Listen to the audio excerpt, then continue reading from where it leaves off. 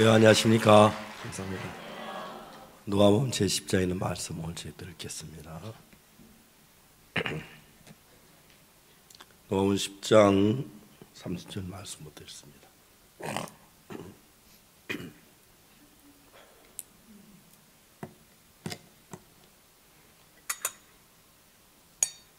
잘하셨으면 10장 30절부터 제가 했습니다.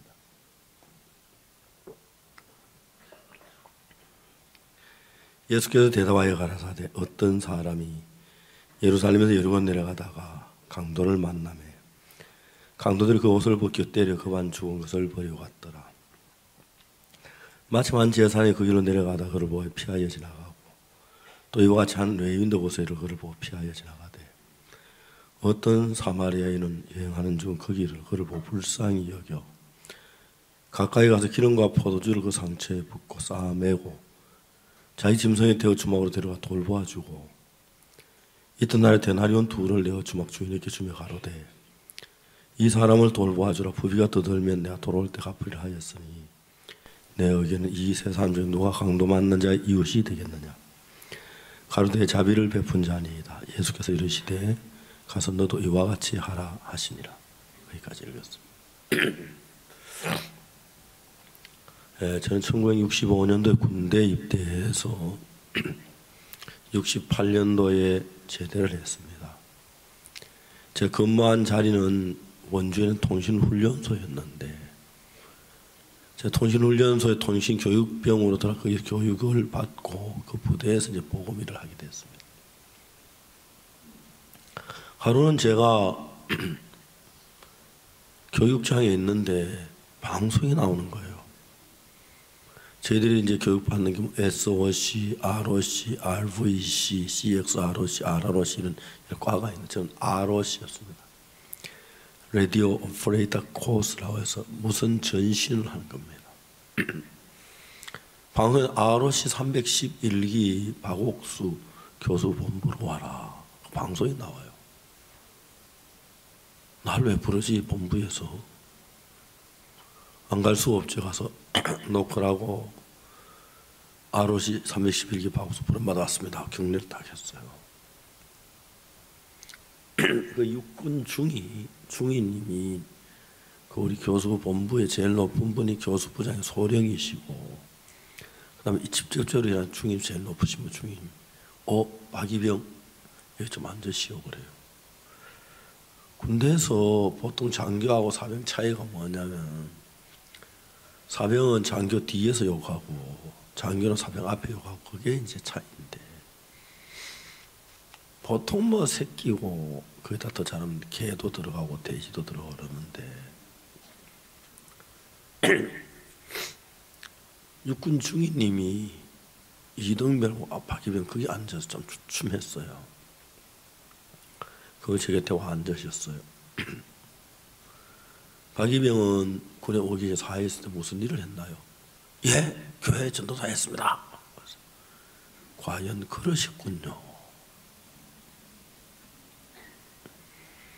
그분이 어제 주번을 하는데 제가 통신훈련소에 큰 부대인데 거기는 교회도 없고 군목도 배치가 안 돼서 있는데 부대에 한 일주일을 지나니까 막 제가 기도하고 싶어 성경 읽고 견딜 수 미칠 것 같더라고요. 그런데 제가 거기는 통신훈련소는 선배들 후배들 교육하기 때문에 RVC, SOC는 코스는 3주 과정이고 저는 16주 과정인데 310기까지 대전사하고 우리가 통신훈련소에 와서 첫 끼기 때문에 2주가 지나가고 나니까 선배 다 없어 우리가 최고 선배가 됐어요. 우리가 통신훈련소 호랑이라 소리를 들었어요. 그때는 하도 탈영을 많이 해서 사람들이 저녁마다 해만 지면 옷을 벗겨 내의만 입혀놔요. 절대로 혼자 다니면 3명의 조가 돼서 했는데 그래 귀찮아요. 3명 떼우기 싫어. 밤에 잘 때 화장실 안 가요.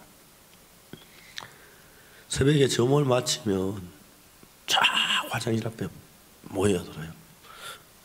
들어가진 못해요. 왜냐하면 311개 갔다 와야 그 다음에 들어가야 돼. 고참보다 먼저 화장실 가면 지 이빨로 밥 못 먹고, 고참 앞에 담배 피우면 지 다리로 못 걸어 다니고, 고참 앞에 경례 안 하면 지 공도위로 잠 못 자고, 이렇게 세 가지가 있어요. 굉장히 저희들이 무서웠어요.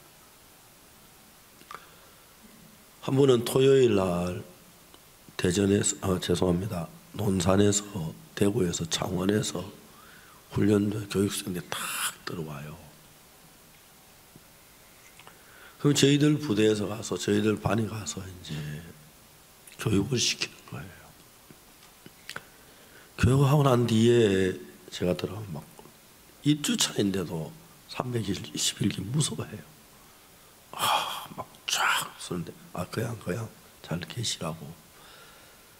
어제 저녁에 기차 안에 잠 잘 잤습니까? 예. 그래서 잘 그냥 얘기하라고. 똑같은 이등병인데. 여러분들 너무 긴장하지 말라고, 힘들다고. 군대는 그냥 편안하게 지내야 한다고. 어제 열차 안에 잠 잘 잤습니까? 예, 잘 잤습니다. 그러지 말고. 조금 기다리면 다음 주에는 여러분 후배가 여러분 워카 닦아주고 오고 새솜을 뜯어주러 올 거라고. 교회 나간 손들이 한 95%는 손드는 것 같아요. 명단을 작성해가지고 예배를 드리러.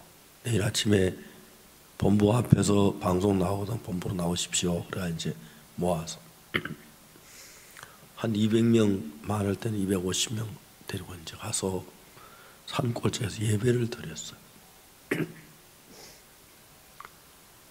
이 중위님이 어제 주번하는데 그분 지금 수지에 살아요. 제가 자주 만나고 그래요.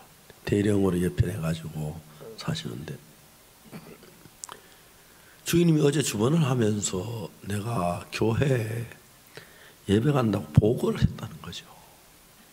전 얼굴도 안 보고 그랬는데 이제 제 명찰하고 번호를 적어가지고 저를 불렀어요. 그분이 저를 보고 뭐라고 말하면, 박이병, 나는 사회했을 때 정말 예수님을 열심히 믿었어요. 군대 와서 1년도 안 돼서 내가 예수님 다 버리고 담배 피우고 술 마시고 하는데, 박이병, 이등병 어떻게 그런 일을 하시죠? 어제 저녁에 박이병이 하는 걸 보고 내가 잠이 안 와서 너무 괴로웠다고. 박이병, 내가 뭘 도와줄 일이 있어요? 예, 교육장교님, 예배드릴 방이 없는데 교실 하나 빌려주면 좋겠습니다. 그러냐고. 그날부터 이제 교실에서 예배를 드리게 되었어요. 저희 친구가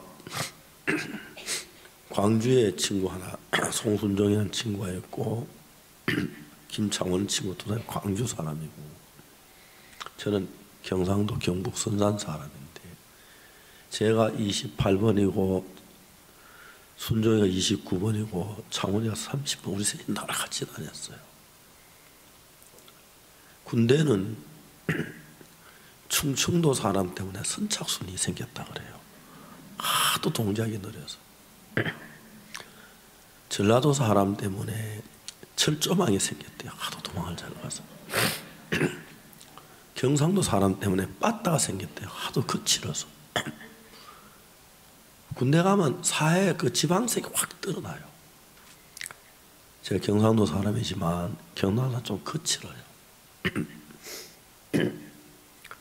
송순종, 김창원 이 친구들이 광주 사람 저하고 너무 잘 어울렸어요. 참 우리가 잘 지냈어요. 참 사람들이 정이 있고 예의가 바로 그래요. 한번 송순종 형제 딸 결혼한다고 오라 그랬는데 제가 그때 그게 형편이 못 갔더니 막 두고 얘기하는 거 있어서 배가지고 내가 막 그때 참 미안했어요. 천하가 두 쪽에 나도 가야 하는 건데 뭐 우리는 그냥 뭐 친구 결혼식, 딸 결혼식 안 가도 그런데 그렇게 딱 따뜻한 정을 가진 사람들 광주 오면 같이 식사도 한 번씩 하고 친하게 지내는데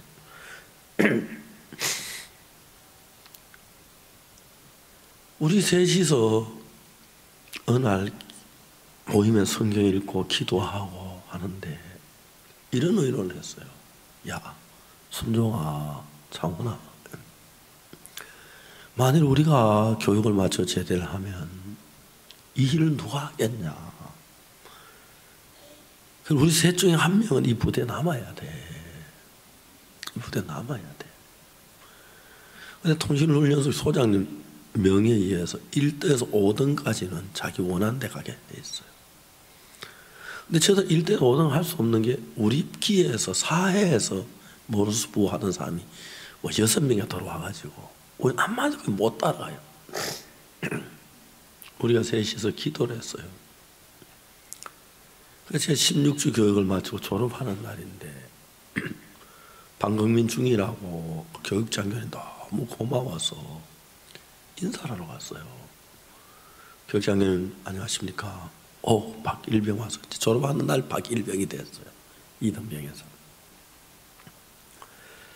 저 오늘 졸업합니다. 그동안 너무 감사했습니다. 인사드리고 왔습니다. 박일병 잠깐만. 이제 곁에 앉으라고 하시더니 박일병, 내가 박일병을 서울 수경사에 보내줄까? 부산 군수기지 사령부에 보내줄까? 대구 502 장통단에 보내줄까 생각을 했어요. 근데 박일병이 내 곁에 있으면 내가 신앙에 도움이 될 것 같아서 이 부대에 일하도 우리 교수부에 일하도 해놨으니까 너무 섭섭하게 생각하지 말고 일해줘요. 예, 교육자님 감사합니다. 인사하고 오는데 막 눈물이 나는 거예요. 전 도저히 그 부대에 있을 수 없는데 교육장관님이 힘을 쓰셔서 교수 본부에 근무하게 하신 거예요. 우리 본부에 가면 교육장관님 중이고 중사문 계시고 하사 있고 그 다음에 병장 있고 상병 있고 위에 줄줄이 있는데 제가 이제 딱 갔는데 첫날 근무하러 가는 날 교육장관님이 무슨 일 하고 싶었냐고요. 무슨 일이 있습니까? 그러니까 교육계가 고시계가 있는데 저 필적이 별로 안 좋아가지고 글씨 쓰는 거 잘 못한다고. 그럼 고시계 하라고. 고시를 제가 담당하는 메일을 맡았어요. 교육장교님이 박일병 그거 다 했어요. 그 다음에 이거 해주세요. 그거 아직 덜 했어요? 예, 다 해갑니다. 빨리 해요. 중위님이 그렇게 하니까 뭐 병장, 하사, 중사가 나 새끼소리를 못해요. 새끼소리 한 번도 안 듣고 다 컸기 때문에 안 하시겠지만 제대로 했어요. 그러면 그 부대에서 제대할 때까지 교회 일을 해왔었어요. 제대하기 한 달 전에 군목에 새로 들어왔어요. 군목 노릇을 했었죠. 한 번은 장호하고 순종이 저하고 셋이서 일과를 마쳐 이제 내무반에 들어가는데 훈련 소장님이시라고 했어요. 당겨라 격려를 했어요. 서 격려 딱 받고 지나가시더니 좀 안 가시더니 야 너희들 이리 와. 예, 부담 왔습니다. 인사를 했어요. 소장님 뒤에 항상 보좌관이 따라가는데 보좌관 이 교육생들 표창할 수 있나? 예, 가능합니다. 표창 상신해라. 격려 너무 잘했다. 그럼 우리 내마다 배를 잡고 웃었어요. 전 장병이 모인 가운데 이병 박옥수, 이병 김창화, 이병 삼순자 위 사람만 좋은 단어 다 보자. 분명히 단전하고 투철한 군인 정신과 국가관을 가지고 막 해놓고 이에 표창함 4박 5일 휴가. 그때부터 소장님이 저하고 너무 가깝게 하시는 거예요. 그 많은 병장들, 저 장병들 가운데서 어느 날 제가 예배를 인도하고 있는데 문이 딱 열렸는데 소장 주일날 절대 부대 안 나오죠. 부대 소장 딱 문을 들어오셨어요. 주춤하니까 종교를 계속해라. 설교를 하고 있는 중이었는데 육군 대령 앞에 일등미의 설교가 떨려서 못하겠어요. 어쨌는지 모르겠어. 설교가 뒤에 들으시더니 소장님이 내가 너들한테 한마디 해도 되냐? 누군데 안 돼요. 소장님 모셔서 격려하고 다녔으셨습니다. 너희들이 언제부터 이런 일을 하는지 모르겠지만 한 번도 보고를 받은 적이 없었다. 소장님이 6.25 사변 때 보병 중대장을 했다고 하더라고요. 그런데 어느 날 백마고지 전투에 투입이 됐는데 백마고지 전투는 저는 그 앞에 양쪽으로 산이 있고 평지가 있고 가운데 산이 있기 때문에 그 고지는 굉장히 양쪽 다 전략상으로 굉장히 유리한 고지인데 한 달에 주인이 20번씩 바꾼다 그러더라고요. 밤에는 이민군들이 야간 전술에 능하고 국군은 주간 전술에 능하기 때문에 밤에는 이민군 개되고 낮에는 국군 개되고. 근데 우리가 어쨌든 이거 뺏어야 하는데 어느 날 우리 소장님 중대원들이 그걸 공격하라는 명령을 받았다. 밤늦게 이제 방공을 순찰하는데 방공마다 중대원들이 앉아서 눈물을 울고 있는 거예요. 백마고지 전투에 들어가면 200명이 들어가면 15명 나오고 20명 나오고 그래 나면 다 죽었다. 그래서 소장님이 빙빙 돌았는데 한 방공에 가니까 병사 하나가 물을 굽고 궁우릉을 하더니 야 너 뭐해? 그러니까 중대장님 당겨. 뭐 하고 있어? 예, 하나님께 기도합니다. 깜짝 놀란 거예요. 기도. 그래 기도해라. 중대장 위해서도 기도해라. 예 알겠습니다. 다시 중대장님이 다니면 방공만 다니면 너 뭐 믿냐? 용왕님 믿느냐? 부처님 믿느냐? 하나님 믿느냐? 기도해라. 그래서 그날 밤새도록 전 중대원이 하나님 앞에 간절히 기도를 했다. 그날 아침에 중대장이 돌격 명령을 내렸는데 중대장님 당신이 본 이래로 저렇게 단체가 잘 용감한 병사를 처음 봤다 하더라고요. 이게 종교의 힘이구나. 가장 적은 희생자를 냈다. 이게 종교의 힘이구나. 그래서 중대장님은 하나님 믿지 않지만 종교의 힘을 믿어요. 이 부대에 소장으로 오셨는데 제일 먼저 예배당이 없어서 너무 안 됐었고 군목이 없어서 마음이 괴로웠다 하더라고요. 너희들이 이런 일 하니까 너무 좋다 그러면서 저를 불러가지고 하고 예배당을 짓자 그래요. 근데 돈이 없잖아요. 차가 있어요. 매일 추럭 2대가 나와가지고 문막에 가서 원주 문막에 가서 강가에 모래 한 차씩 다 벽돌 공장에 주면 벽돌 20장을 줘요. 25장 줘도 되겠던데 벽돌을 모아서 벽돌을 싸고 기와는 우리 부대 기와 교체하는 기와를 갖다가 성안가에 올리고 천백실 야공단에 가서 유리 좀 얻고 나무 좀 얻어가지고 온 마음으로 예배당을 지었어요. 소장님이 진급을 하셔가지고 군사령부를 가시면서 마지막에 행정장교 야 행정장 김대희 이리 와. 예. 저 박상병은 내가 이 부대 없어도 종교를 계속 할 수 있도록 네가 도와줘라. 예 알겠습니다. 내가 한 번씩 와볼게. 저에게 그렇게 마음을 써주시더라고요. 그건 제대하는 동안에 매주 150명, 많게는 250명, 어떤 200명 모이는 교육생들 너무 공고하니까요. 교육생 지치니까 말씀을 참 잘 들어요. 저는 한 3년 동안 군생활하면 외출 한 번, 휴가는 갔지만 외출 한 번도 못 갔어요. 왜냐하면 늘 교회 일하니까. 3년 동안 너무너무 행복했어요. 월남 차출이 돼서 월남 갔는데 소장님한테 보고를 했어요. 신고합니다. 일명 박옥수 외사 한 명 월남 차출명을 받았습니다. 너 월남 가나? 예, 그렇습니다. 야, 김대위 애라. 중대장이 돌아가. 중대 갔어요. 너 왜 왔어? 소장님이 중대로 돌아가라 했습니다. 너 소장님은 무슨 관계야? 예, 장교 와서 병상 관계입니다. 이 자식이. 그 다음에 중대장님이 저 눈치 보느라고 정신이 없어요. 저 녀석은 소장님은 빽 가지고 있으면 저런다.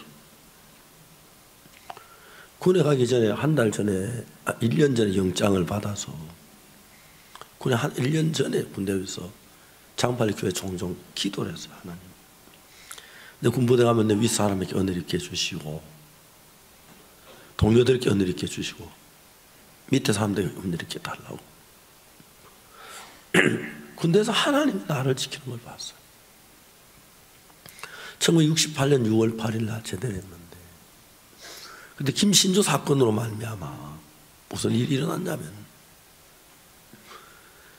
제대가 전부 연기됐어요. 보통 군대는 일주일마다 제대를 끊는데, 그래서 쭉 나가는데 대한민국 생기고 53일 저 뭡니까 특허는 특명은 처음이었어요. 제대 특명이 53일. 제가 하루 만에 제가 제대를 걸렸어요. 마지막 하루 날 때. 그래서 우리 부대 장교, 쟤는 나갈 때도 재수 좋은 놈이라고. 억세게 재수.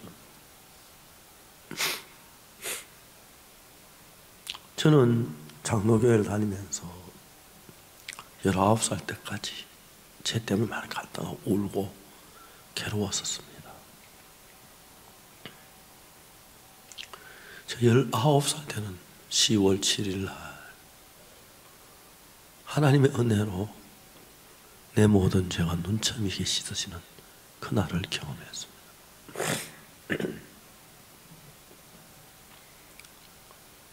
그날부터 난 어디를 가든지 하나님이 나와 함께 하시는 걸 볼 수가 있었습니다. 특히 군생활하면서 나 68년 6월 8일 날 제대하고 통신을 훈련해서 정문을 나오는데, 그때 내 막 이런 하나님이 나와 같이 계시면 사하라 사막에 가도 혼자 살겠고 남극에 가도 혼자 살겠다는 마음이 드는 거예요. 아무것도 없는 빈주먹이지만, 그리고 그날부터 이젠 늙어서 어디서 나이 많은 축에 속하는데 늙도록 한 번도 하나님 나를 외면하신 적이 없는 거예요. 한 번씩 이래 차를 타고 혼자 가다가 방에 앉아서 혼자 생각을 하다 그런 생각을 하면 그렇게 감격스러운 거예요. 내가 주님을 위해 일한 거 아무것도 없는데, 죄만 무지막지하게 지었는데, 악하고 더러운 악만 행했는데, 값없이 예수님은 십자가에 못 박혀 죽으시면서 내 죄를 사해 주시고 저를 높여주시는 걸 볼 때 너무 감사했어요. 너무 감사했어요. 2013년에 배냉에 김광훈 선교사가 있는데, 청소부 장관이 우리 IYF 캠프에 오고 싶다고 해서 신청을 받았어요. 그래서 본부에서 오시도록 했는데 1월 달에 IYF 캠프에 온다고 약속해 놓고 7월 달에 딱 돼 막상 못 오겠다는 거예요. 왜? 바빠서. 왜냐면 김성광 선교사님이 장관실에 와서 말을 잘하지 않으면 그냥 앉아 있는 거예요. 대통령 아들이 그날 장관하고 집에 놀러 왔어요. 대통령 아들이 와서 누구냐? 아이와이프 배냉시 부장이다. 왜 왔느냐? 우리 한국에 캠프 하는데 아이와 캠프에 허락한다. 가라. 나 바빠서 못 간다. 근데 김광훈 선교사 뭐 말도 안 하고 너무 딱하게 봐가지고 대통령 아들 말하면 내 하나도 대신 가면 되냐? 김광훈 목사 된다 켰어요. 2014년 대통령 아들이 왔어요.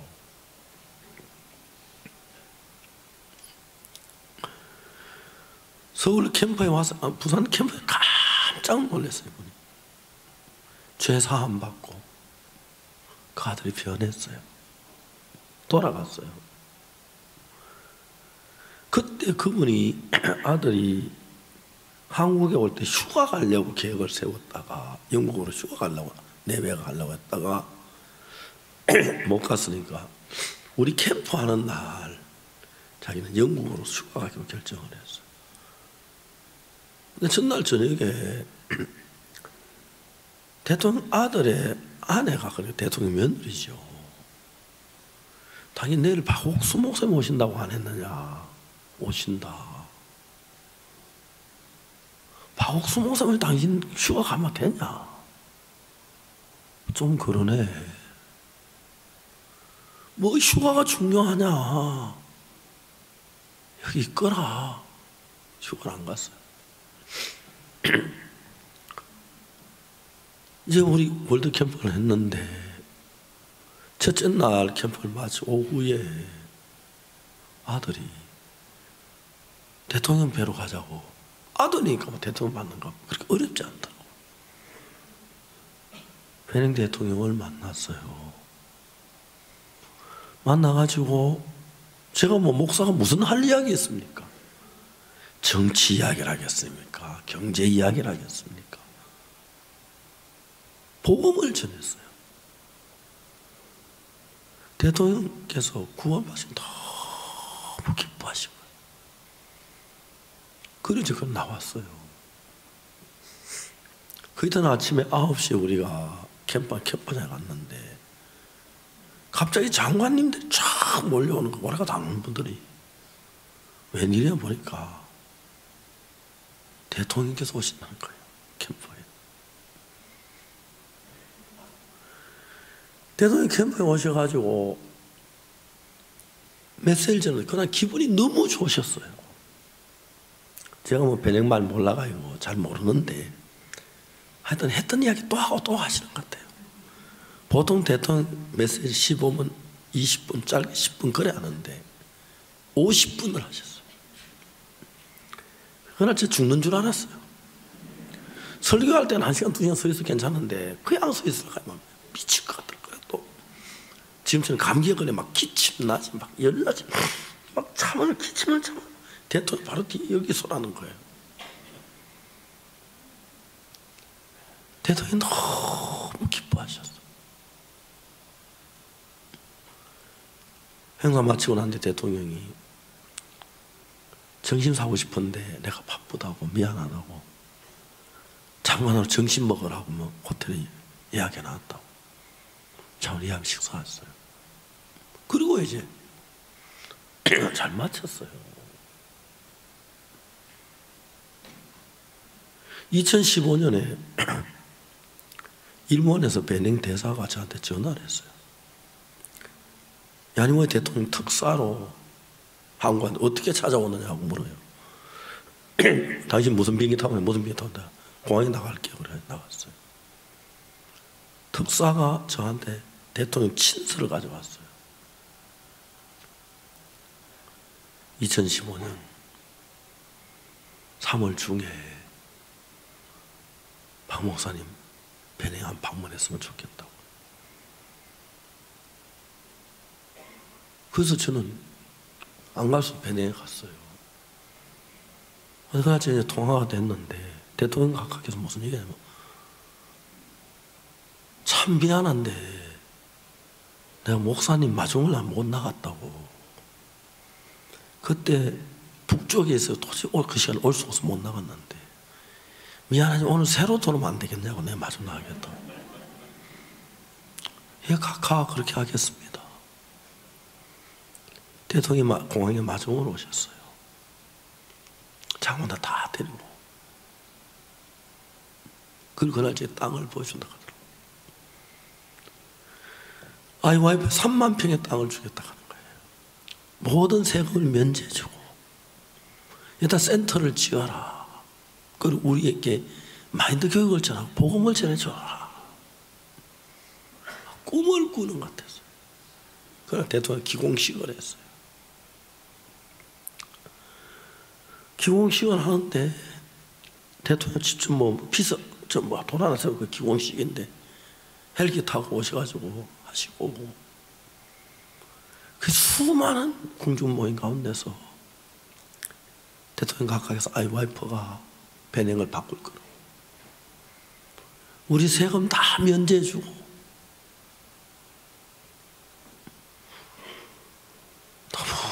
너무 고마워서 그래서 저희들이 300평짜리 3층으로 건물을 지었어요. 남는 땅은 축구장을 만들려고 그래요. 아프리카 아이들 매일 와서 우리 그 와서 축구하게 지금 만들고 있어요. 대통령이 아프리카에는 한 번 하면 내려가질 않아요. 대통령은 보통 29년, 20년 하는 대통령이 많은데, 야리모이 대통령은 처음으로 대통령 지난 6월 달에 임기가 끝났어요. 임기 끝나고 제일 먼저 저를 찾아와서 한국에. 대통령이 눈이 안 좋은 것 같아서 우리 교회 김영근 장로 안과에 가서 좀 검사하고 좀 치료해드리고, 이빨이 안 좋아서 이성호 장로님 우리 치과에, 옥수 치과에 데려가 치료를 했어요. 그분이 배낭에서 치과에 가면 막 이빨 다 뽑는 것 같다. 이건 솜털로 쓰다 넣는 것이 막 편안하게 했다고. 임플란트 박아 나왔어요. 다시 이제 해야 하는데 11월 달에 한번 오시라 그래서 편지를 했는데 아직 해답이 안 왔어요. 오실 수 있는지 모르겠지만.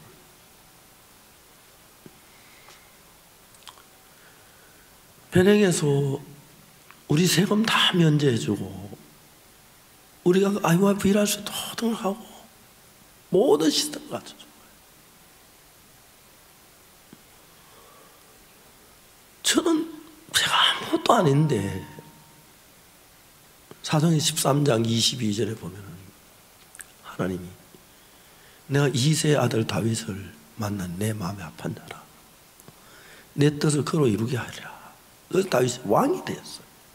하나님이랑 위해서. 그 성경 읽으면 저는 그 딱 마음에 들어와서 계속 성경에 하나님의 마음을 발견해요. 그 하나님과 마음을 같이 했어요.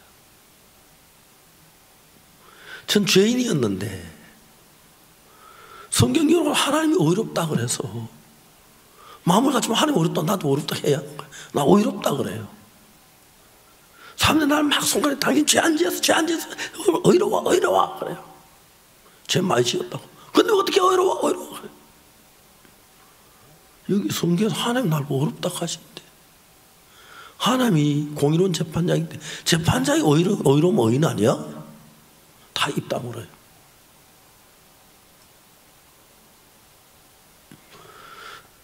우리는 이번에 누가복음 10장에 강도 맞는 자 이야기를 했습니다. 오늘 오전에는 상체 기름과 포도주 붓는 이야기를 했습니다. 그 다음 이야기가 뭐냐면 이렇게 기록되어 있습니다.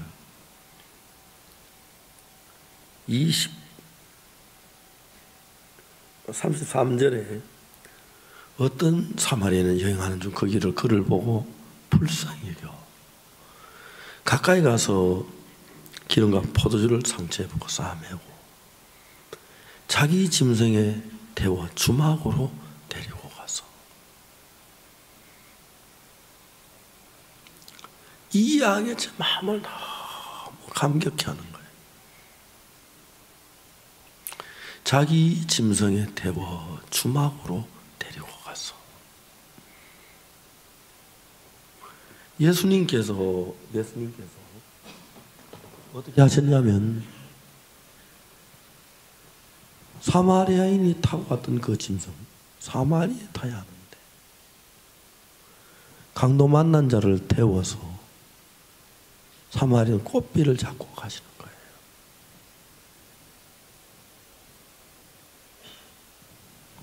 성경을 읽어보면 예수님께서 우리와 자리를 바꾸셨어요. 한 번 제가 미국을 가는데 우리 교회 형제 하나가 자기도 미국 따라가겠다고 와라켰어. 이 형제가 왔는데 1등석 비행기표를 사와왔어요. 비행기 타고 가면서 목사님 저 1등석입니다. 그래 좋냐? 좋다 가자.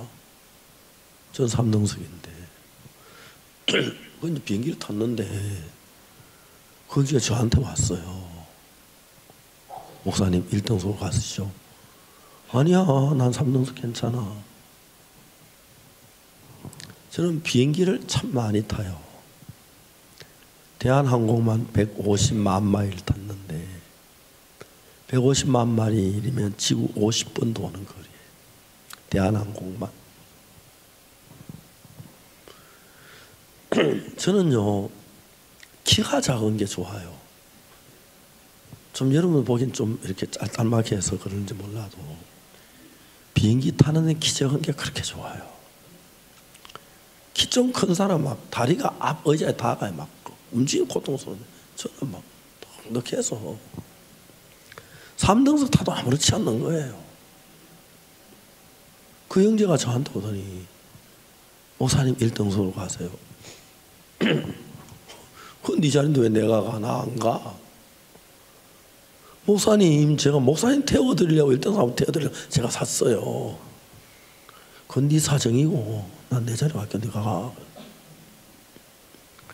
사정을 하는 거예요. 주위에서 같이 가는 장로님들 목사님 왜 그러십니까? 가시죠. 1등석 줘가면서 막 사정에만 가져가더라. 여러분 비행기 탈 때 1등석 타세요.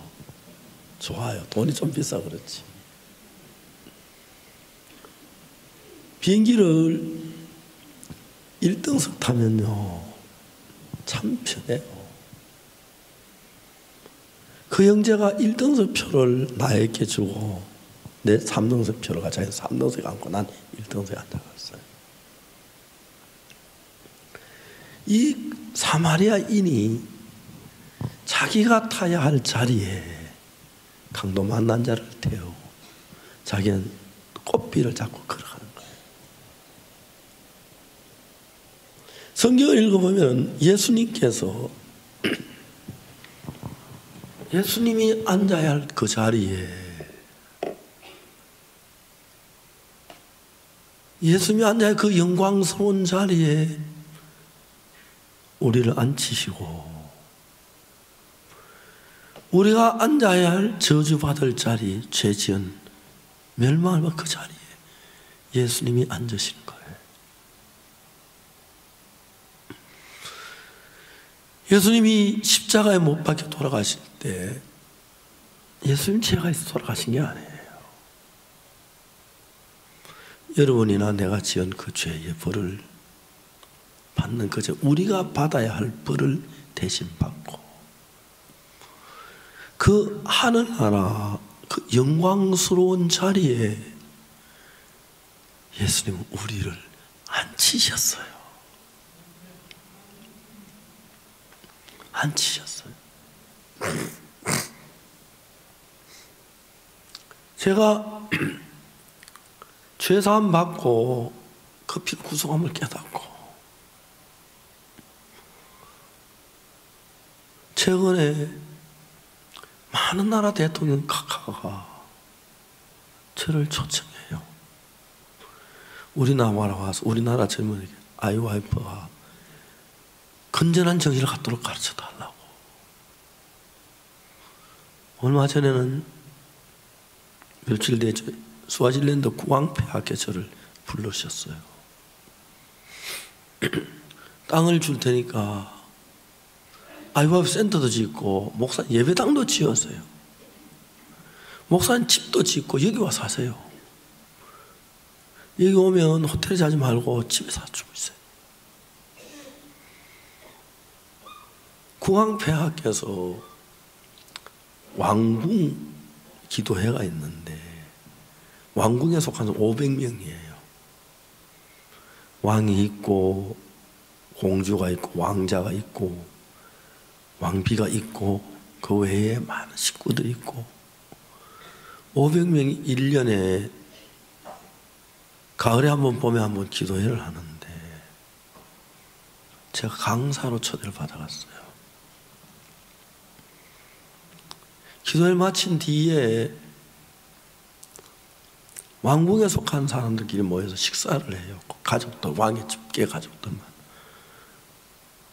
바로 왕 오른편에 저를 앉히시고 왼편에 국무총리를 앉히시고 아무도 외부에서 안 들어오게 하고 식사를 하면서 2시간 가까이 IVF 이야기를 하고 내가 그런 사랑을 입거나 은혜 입을 거나 아무것도 없는 사람인데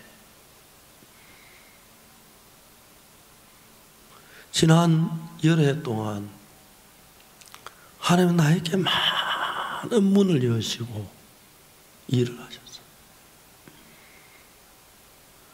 작년 한 해도 우리가 필리핀의 교사 38,000명을 마인드 교육을 시켰어요. 지난 여름에 케냐 대통령께서 저를 불러서 24만 명의 교사들에게 마인드 같이 교육을 시켜달라고 부탁을 했어요. 수많은 나라가 잠비아 그리고 말라위, 우간다 여러 나라에서 저희들 이제 막 마인드 교수가 부족해요. 잠실 코펠트 대학에서 처음으로 마인드 학과가 설립이 됐어. 우리 교수 6명이 가서 대학에서 가르쳐요. 내년에는 한 50개 대학이 마인드 학과 시작되고 우리가 가르치게 될 것 같아요. 전 세계가 청소년 문제 때문에 굉장히 심각한데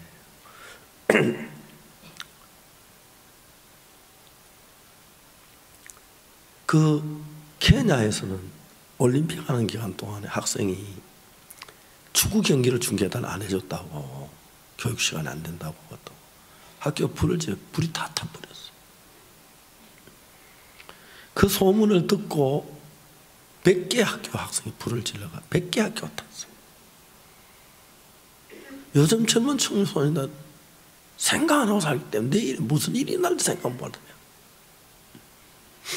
앞으로 10년이 지나면 청소년 문제는 현재보다 10배 더 심각해진다고 합니다. 전 세계 어느 누구도 법을 만들어가 청소년 잘못된 벌 주고 그건 있지만 바꾸는 방법이 없어요. 저는 성경을 읽으면서 성경에서 마음의 세계를 배웠습니다. 학생들에게 마음의 세계를 IYF라는 단체가 가르쳤습니다. 학생들이 달라지는 거예요. 3년 전에 태국 방콕에 있는 타마삭 대학에 가서 캠프를 한 3,500명이 모인 학생들이 4일 동안 캠프를 했는데 인도에서 대학 총장님만 15분이 왔고 아프리카 2분이 와서 우리 캠프에 같이 구경을 했어요. 우리 해마다 캠프할 때 청소부 장관들이 뭐 15명, 20명 가까이 오고요. 부장관 옆에서 많이 오고요. 대학 총이 한 60여 명씩 와서 우리 캠프를 구경하고 그날에 전부 우리 와서 마인드 강의 해달라고 부탁을 해요. 우리 마인드 강의 교수 만드는데 너무 지금 부족해요.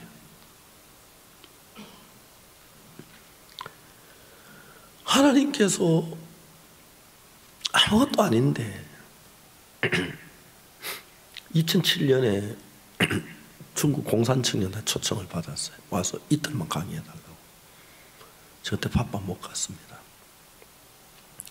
2009년에 다시 가서 중국에서 이틀 강의를 했습니다.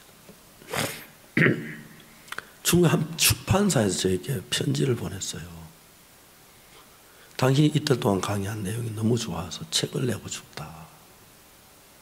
그런데 원고가 너무 얇아서 좀 더 보태가지고 책을 써줬으면 좋겠다. 그래서 원고를 보태서 중국에 주기 전에 한국에 출판했는데 베스트셀러가 더 많이 팔렸어요.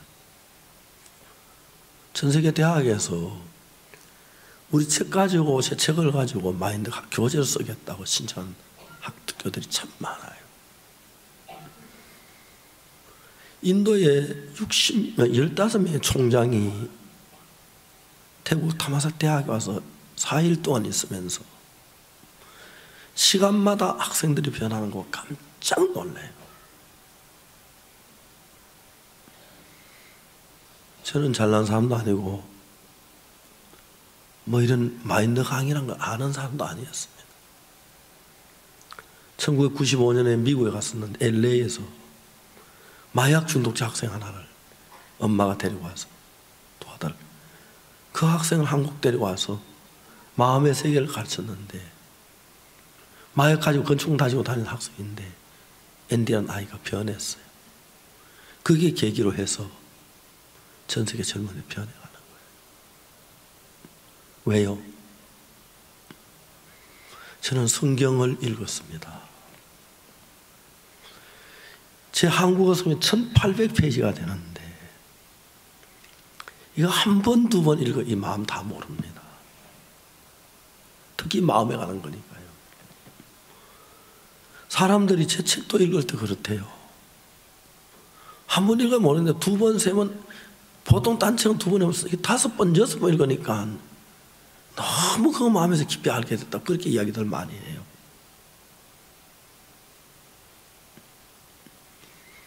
사람이 키가 얼마냐, 얼마면 다 알아요. 혈액형이 뭐냐 알아요. 이름이 뭐냐, 성이 뭐냐 다 알아요. 근데 가장 중요한 마음을 몰라요. 마음을 어떻게 다스릴 줄을 몰라요. 저는 성경을 읽으면서 처음에 저도 몰랐습니다. 목사니까 죄송합니다. 이런 얘기는 유명한 목사가 되고 싶었어요. 유명한 목사 되려고 하다가 보니까 유명한 목사 되면 안 되겠더라고요. 그래서 포기했어요. 성경을 계속해서 읽었습니다. 한국어 성경 1800페이지가 있는데 제가 한 페이지 읽는데 한 2분이 걸려요. 3600분이면 시구약을 한번 읽어요. 3600분의 시간으로 60시간인데 하루 10시간씩 읽으면 6일이면 성경 한번 읽을 수 있어요. 하루 60페이지씩 읽으면 한 달에 한 번씩 읽을 수 있어요. 1년에 12번을 읽을 수 있어요. 성경을 20번쯤 읽었을 때 성경의 성경 속에는 하나님의 마음이 보이는 거예요. 성경은 하나님이 쓰신 글이기 때문에 인간의 생각으로는 안 보여요. 한국말 성경도 그냥 내용을 보니까 썩 깊이 안 보여요. 강동원 자 이야기를 하면서 이 사람이 강도를 만나 그만 죽어갔을 때 예수님이 구하는 이야기예요. 그런데 선한 사마리아가 예수님의 그림자인데 이분이 하는 것이 가까이 가서 기름과 포도주를 상처에 부었다. 오늘 어제 그 이야기였어요. 오늘 저에게 보면 싸매고 자기 짐승에 띄고, 여러분 이건 이론이 아닙니다. 아니, 여러분 예수 믿으면 죄사함을 받으면 예수님 당신이 앉아야 할 자리에 나를 앉히신다는 것입니다. 당신이 앉아야 할 그 영광스러운 자리에 여러분 한 사람 한 사람 앉힌다는 거예요. 이건 이론의 실제입니다. 여러분이 앉아야 할 그 죄인이 앉아야 할 그 자리, 예수님 대신 앉으시면서요. 영광스러운 자리, 의로운 자리, 거룩한 자리. 저는 어디 가서 무슨 일을 하든지 간에 예수님께 저에게 일하는 걸 너무 깊이 볼 수 있었습니다. 제가 무슨 책을 씁니까? 글 쓰는 거 정말 취미 없는 사람인데 우연히 책을 쓰게 되고 신앙서적은 한 40여권 썼어요. 마인드교회는 2번 쓰는데 앞으로 계속 1년에 한 권씩 써내갈 작정이에요. 사람들이 마음의 세계라고 변하면 너무 신기해요.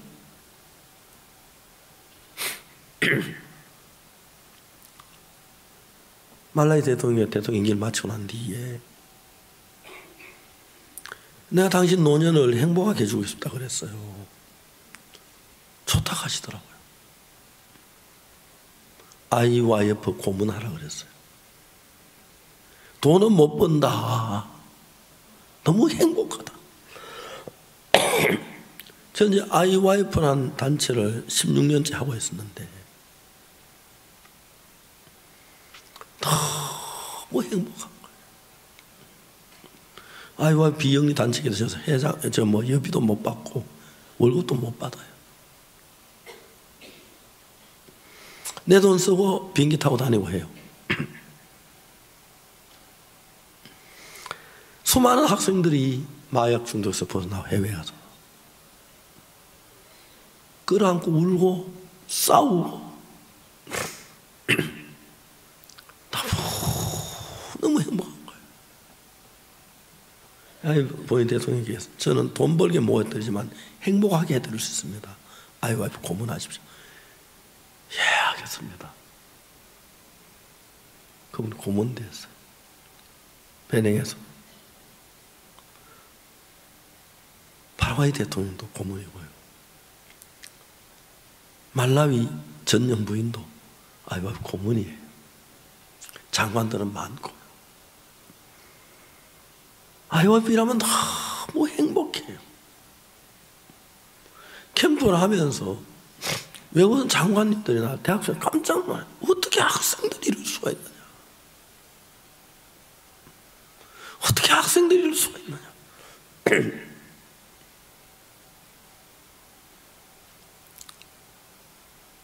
성경에서 이 성경 말씀은 씨라고 돼요. 씨. 베드로전서 1장 23절에 너희 거듭난 것이 썩어진 씨로 되진 것이 아니라 썩지 않는 씨로 되었으니 한 사람의 광선의 말씀이 되었다. 이 성경 말씀은 하나님의 말씀입니다. 하나님이 하신 말씀을 선지자들이 적어서 성경책이 되었습니다. 누가복음은 누가가 썼고 요한복음은 요한이 썼고 예레미야서는 예레미야 썼고 이사야는 이사야가 썼고 시편은 다윗이 그 여러 사람이 썼고 하나님의 계시를 받아 그들이 글을 썼어요. 하나님의 글이에요.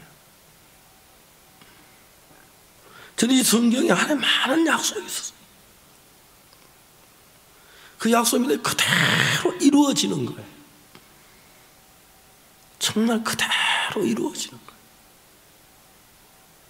그게 너무너무 신기해요. 전 처음에 돈 문제에 있어서 제가 살면서 물질적 어려울 때가 참 많았어요. 군에 가기 전에 64년 5월부터 65년 10월까지 거창읍 장팔리 교회 전도사로 일을 했어요. 어느 날 대구 본부에서 연락이 왔어요. 월요일 날 대구에 내려와라.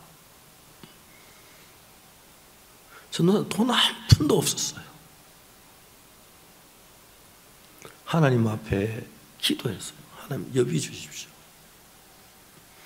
저는 한 번도 기도해서 여비를 받아본 적이 없고 기도 물질을 받아본 적이 없으니까요.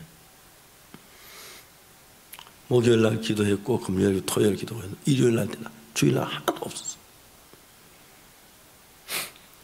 주일 예배를 드리는데 내일 대구를 가는데 여비가 없는 거예요. 여비 달라 소리 못하고 내일 대구 간다고 광고를 했어요. 그 제 마음에 누군가 점사님 여비 없지요? 돈을 좀 줄 것 같았어요. 아무도 안 줬어요. 저녁에 예배도 아무도 안 줘. 그날 아침에 저희들 있는 동네가 장팔리인데 읍내에서 심리에 좀 못되고 오리는 장팔리라고.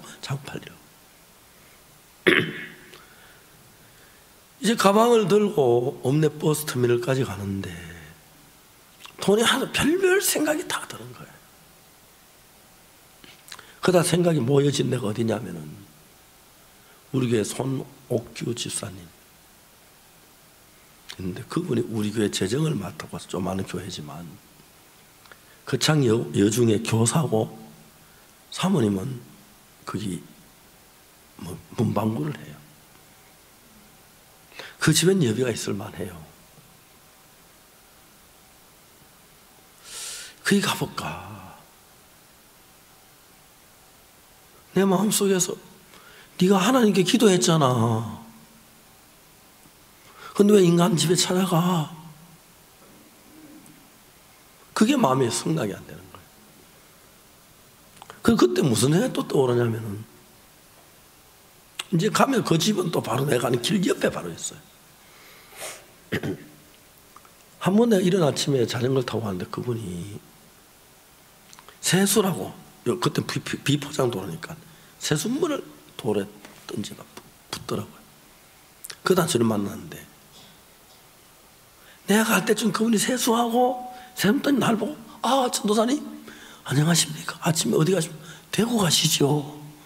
와서 커피 한잔 하고 하시죠. 막 그런 상상을 내가 하는 거예요.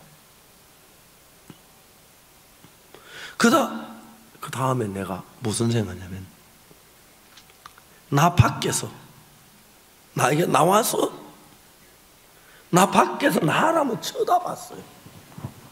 나를 쳐다봤어요. 제가 목회를 하고 일평생 목사가 되고 저는 직장에 돈 벌고 하지 않을 텐데 일생 동안 내가 돈이 모자 누가 돈 주기를 바라고 이렇게 살아야 하느냐. 너무 내가 초라하고 너무 처절한 거예요. 내 마음속에서 이렇게 살기 싫다. 나 이렇게 살기 싫다.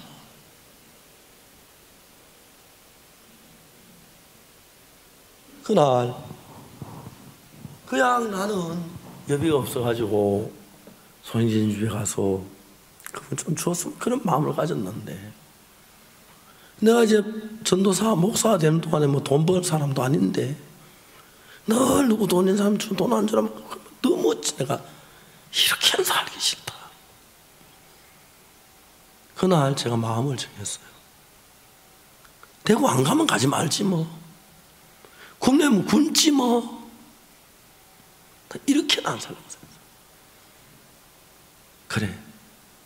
그 형제 쳐다보지 말고 예수님만 바라보자. 그 집 앞을 일부러 둘러서 갔어요. 하나님 나에게 돈 주시려면 뭐 그 집 가도 안 줄 수 있고 주고 싶으면 뭐 안 가도 줄 수 있으니까 그 집을 지내버렸어요. 내가 볼 땐 돈 줄 만한 집은 그 집밖에 없었어요. 막 지내서 가는데 앞에 거창 가는 거창 버스가 대구라고 써붙인 차가 내고 있어요. 천천히 걸어. 야, 저걸 타야 하는데 손은 들까 말까 어떡하지? 돈이 없는데. 근데 버스가 제 앞에 딱 섰어요. 내가 손 안 들었는데, 뒤에 아무도 없는데, 이거는 타라는 거다 싶어 탔어요. 탔는데 버스 안에 누가 있었냐면 대구에서 저희들 교회에서 자주 만났던 부인 한 분이 있었는데, 저는 그때 이제 20살이었고 그분 한 50쯤 된 부인인데 과부예요. 그분이 이제 버스를 앉았으면 오라고 옆으로 앉으라고 같이 앉았어요. 버스가 이제 시내버스 막 달리기 시작하니까 안내양이 버스 표책하고 볼펜 곁에 왔는데 그 자매님 쳐다봤어요. 저 버스비 없어요 그랬어요. 아, 내가 안다고. 그 버스비를 그분이 내주었어요. 이분이 나에게 무슨 얘기를 했냐면은, 그분은 그 창에 좀 떨어진 곳에 마을이라는 반숨에 사는데 그 고향에 친정 어머니 혼자 있고 이 자매님은 대구에서 싹 바느질하며 살아요. 대구에서 사시면서 이 자매님이 한 번씩 고향에 가면은, 대구는 그래도 돈을 좀 만지기가 쉬운데 시골에는 돈 먹고 죽을 낳기도 없다 하더라고요. 항상 대구 가기 위하여 차를 탈 때는 지갑을 열어 있는 돈 다 차비만 놔도 다 어머니 주고 왔대요. 오늘 아침에 버스 타는 데까지 기다려 버스 와서 타려고 하는데 지갑을 열어 돈을 꺼내주려 자꾸 자기 지갑 안으로 돈을 밀어 넣더래요. 돈 줄 줄 안 주고 멍하니 쳐다보고 잘 가라 하고 참 차를 타고 오셨어요. 차를 타고 오면 하시는 말씀이, 내가 왜 어머니 돈을 안 줬지? 내 나이 들으면 인색해지나? 왜 그러지? 왜 그러지? 그러는데 그 차를 지나 내가 가방을 들고 오는 거, 아 저거 박지선 안에 정말 여비 주라고 그랬구나. 여보 운전수 차 좀 세우세요. 우리 같이 갈 수. 그래 그걸 세우세요. 대구에 갔어요. 그 자매님 저보고 박전도사 우리 집에 가자 하더라고요. 따라갔어요. 점심을 너무 맛있게 차려주시더라고요. 먹었어요. 좀 기다리라 가더라고요. 방은 혼자 있으니까. 밖에 나가서 한참 있다 오더니 돈을 빌려오는 것 같아요.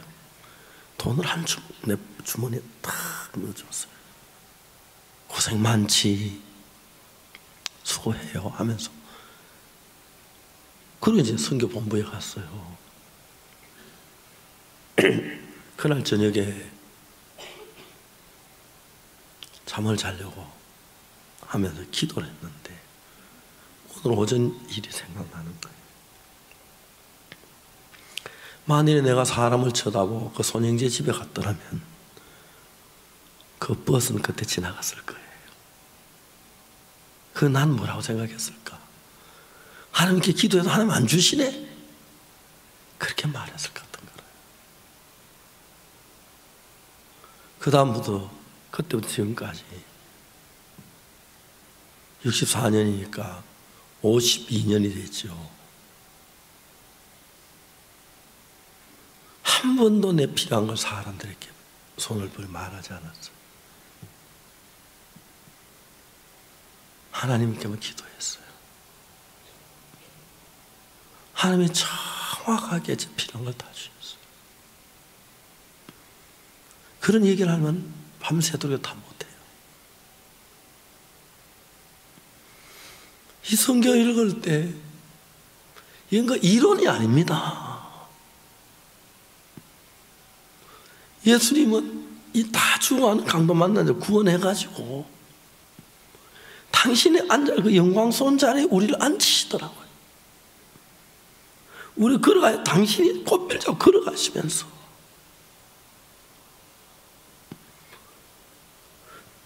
저는 지난 50몇 년 동안 살면서 하나님 나 같은 진짜 못난 인간, 더러운 인간, 추한 인간, 악한 인간인데 내 죄를 눈처럼 희게 씻어주시고 내가 행하는 무슨 일이든 함께 하시면서 도우시는 걸 볼 수가 있습니다. 이제 우리는 전 세계 청소년들을 바꾸려고 하고 있습니다. 지금 저희들은 만화책을 만들고 있습니다. 초등학교 1학년 아이들, 2학년, 3학년 초등학교 학생들 마인드에 관한 책을 만화로 그리려고 합니다. 만화가들 모아놓고 지금 이제 막 시나리오 쓰고 있습니다. 전 세계에 사는 참 사람들이 마음을 몰라서 미국에 처음으로 그들은 미국에 임시에 와서 그들은 비행기도 없었고 차도 없었는데 어떻게 미국에서 LA까지 와서 개척하고 했겠습니까? 말을 이용했어요. 그들이 미국에 벌판에 야생마들이 놀고 있는데 야, 우리 말을 잡아 길들이자. 어떻게? 안 돼. 그래도 해봐. 안 돼. 어려워. 우리 좀 하자. 말 가까이 가는 거 처음엔 도망을 가요. 가까이 해주니까 말이 도망을 안 가요. 밧줄에다 올가미를 만들어가요. 막 던져요. 그게 말목에 잘 안 걸리죠. 한 번 던지고 10번 던지고 100번 던지고 던지면 점점 가까이다. 그러다 한 마리 말이 목이 걸리는 거죠. 말이 놀라서 막 뜁니다. 그 밧줄을 잡고 5명이 6명이 밧줄을 잡고 막 끌려가지고 그래가 돌에 부딪히기도 하고 나무 부대 다치기도 하고 저녁 때까지 하다 다 지쳐버립니다. 말도 조그마한 인간이 날 괴롭히네 하면 뛰도 지쳐버리는 거예요. 나중에 잡아 잡수하고 뭐 있어요. 가서 물도 주고 쓰다듬어 주고 당근도 주고 배추도 주고 사겨요. 그래 이제 말이 어정 사귄 뒤에 말등에 올라타죠. 말이 막 일어서면 힝거리고 막 지금도 미국 그 경기 있지 않습니까? 영화 보셨죠? 말 막 앉아고 막 야생마 같은 거 막 떨어지고 다치기도 하고 막. 그래서 양을 하나하나 길들이면 말을 하나하나 길들이면 그 말이 사람하고 하나가 돼요. 주인의 마음을 알아요. 주인의 눈치만 봐도 막 달려가고 그럼 주인이 막 사랑하고 야생마를 길들이듯이 우리 마음도 그냥 놔두면 야생마처럼 돼요. 참 많은 젊은이들이 마음을 길들이지 못해서 자기 마음을 다스리지 못해서 말이 이리 뛰고 저리 뛰듯이 그냥 끌려다니는 젊은이들 많아요. 인생 실패한 게 많아요. 젊은이들에게 자기 마음을 다스리는 법을 가르쳐요. 제 아들이 7살 때 아빠 아이스크림, 아빠 사탕 사주었습니다. 생각을 했습니다. 얘가 15살 돼도 아이스크림 갈까요? 20살 돼도 사탕 걸을까요? 아니죠. 15살 되면 뭐 디카, 뭐 노트북, 갤럭시, 20살면 아빠 자동차 그럴 거예요. 내가 싸구려 자동차를 사주면 부잣집 아들은 아버지 비싸니까 돈 많으니까 BMW 전차 사주겠죠. 우리 아들 뭐라고 생각해요? 우리 아버지 무능해 그래. 그때부터 우리 아들을 교육을 시키기 시작했어요. 어렵지 않아요. 7살, 8살 때 아빠 아이스크림 사줘요. 아빠 사탕 사줘요. 아빠 사탕? 오늘은 안 돼. 아빠 안 돼. 아빠 사줘. 안 돼. 오늘 안 돼. 아빠 너 내 이야기 들어. 네가 대통령이 돼도 네 마음대로만 다 안 돼. 세상 사람이 네 마음대로 안 되는 경우가 많아. 그 훈련 받아야 돼. 하고 싶은 거 하지 말아야 돼. 하기 싫은 거 하고. 아이들을 그렇게 제가 가르쳤습니다. 제 아들 원래 43살인데요. 내가 뭐라고, 예, 아버지, 알겠습니다. 그렇게 말해.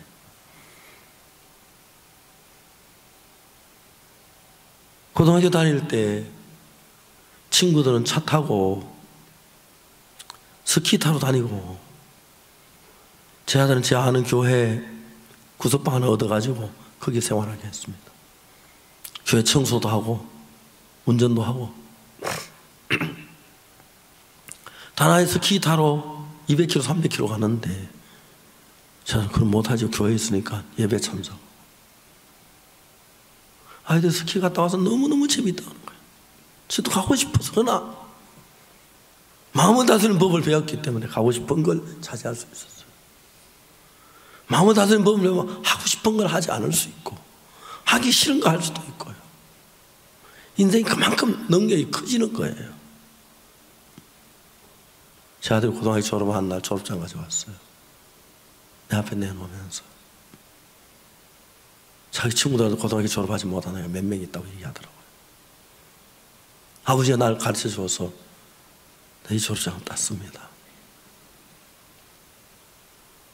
간단한 얘기입니다.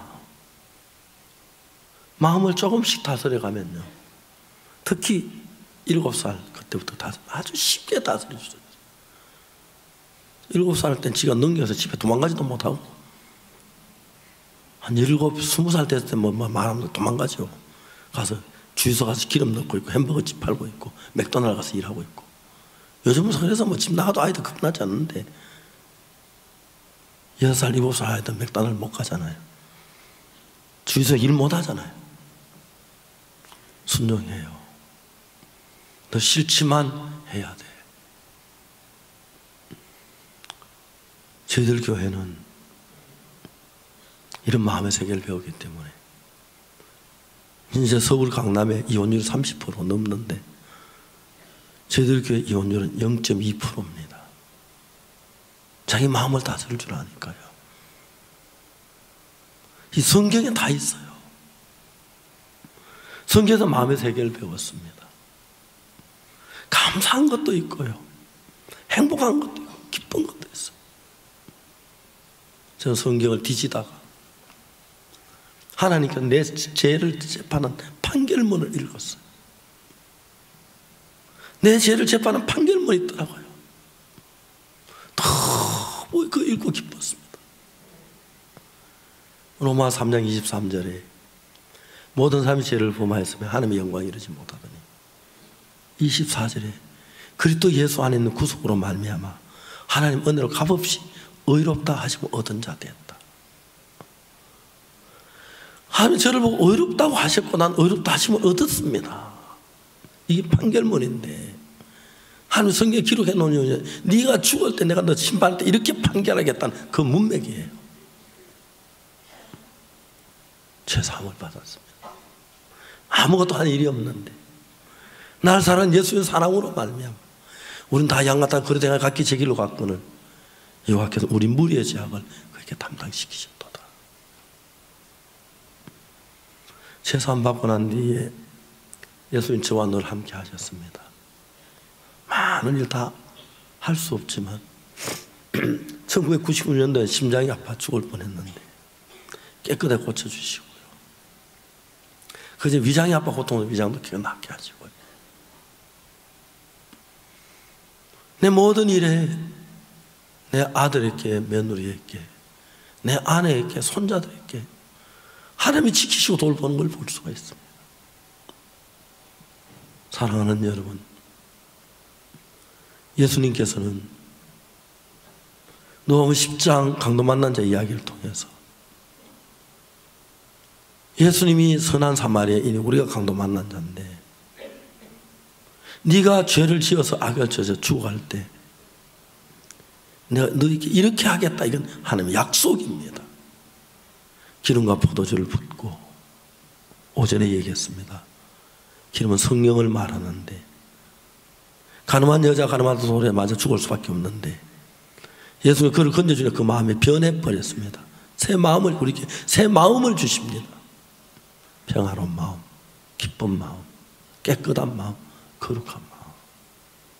그리고 자기 짐승에 태워 주님이 앉아의 영광스러운 자리에, 주님 앉아 그 귀한 자리에 여러분을 앉히시고 주님 우리를 꽃길 잡고 걸어가시겠다 그러셨습니다.